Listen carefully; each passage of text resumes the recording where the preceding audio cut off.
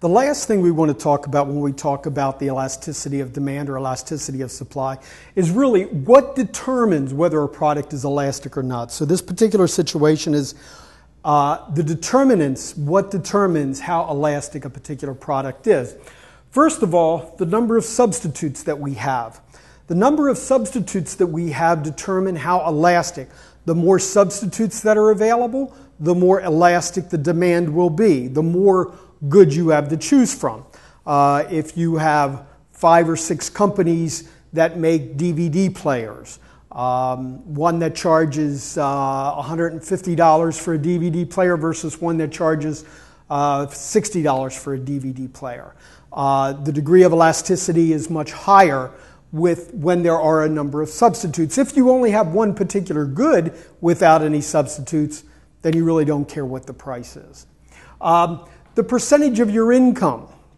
How much of your income is absorbed by a price increase, if you want to think of it that way. If you chew a pack of gum, let's say in a particular week you might chew a pack of gum costs you $1. At the end of the week you go in and you buy another pack of gum, but that pack of gum is 10 cents more, which represents a 10% increase over what you spent last week, from $1 to $1.10. That change is 10%. Most of you would not think anything of it. You would probably just dig in your pocket, pull out an extra dime, put it on the counter, and go away with the gum. However, if in fact you're looking at a house and the price of your house is $100,000, and you think, well, gee, I'm going to go home, I'm going to think about this for a while. And you call the realtor the next day and you think, well, gee, I'm going to buy that house. And the realtor tells you that it is no longer for sale, that somebody else bought it, but he or she has another house available for you. It's $110,000 or a change of 10%. In that situation, you probably would not equally buy that as readily as dipping into your pocket for an extra dime. In this situation, you would probably need to go home and do another profit loss statement, income, where your income's coming from, how that extra amount really affects your purchasing power in the long run. Luxury versus necessity. Luxury versus necessity. If the price of heating oil goes up 10%, really don't have much choice whether or not to buy it or not. You don't really care. You can't freeze in the winter.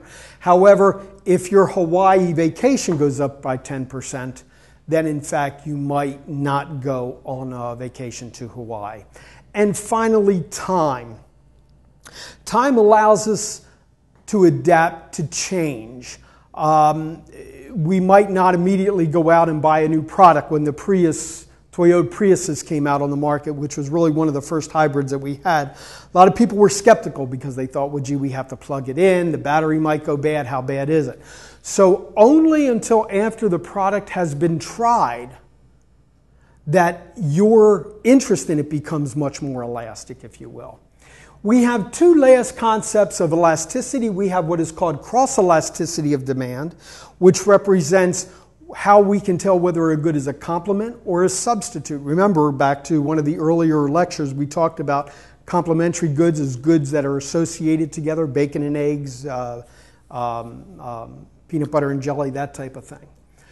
In this situation, we do not take absolute values.